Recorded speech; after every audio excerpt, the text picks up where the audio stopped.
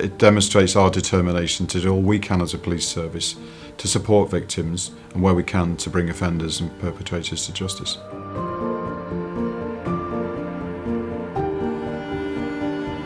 Operationally, we want to set the bar high, so to demonstrate unequivocally that you will be supported as a victim of a range of crimes, to make sure we give really good service, we investigate crime really thoroughly, and where we can,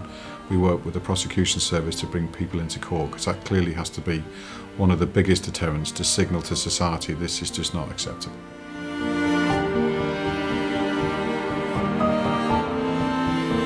It goes back to an experience I had in London when I was a young officer in the 80s,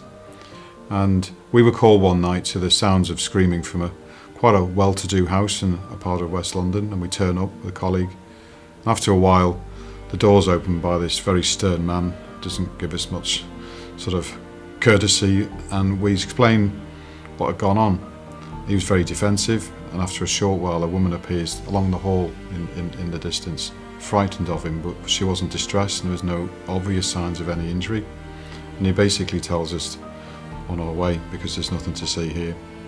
And I always remember that this is just wrong, and I was frustrated that we didn't have the powers in those days to do more about this, because something told you that this was a victim who was vulnerable,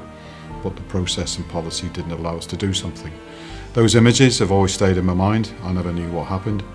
and it's been one of my motivations ever since to make sure that we use all the law, all the tactics and powers available to us to protect victims in circumstances like that.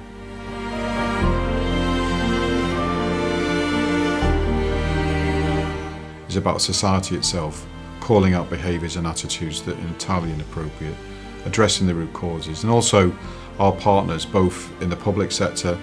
in the voluntary sector, and sometimes in the private sector, working alongside us to make life difficult for people that commit these crimes, but also to prevent and educate crimes from happening in the first place.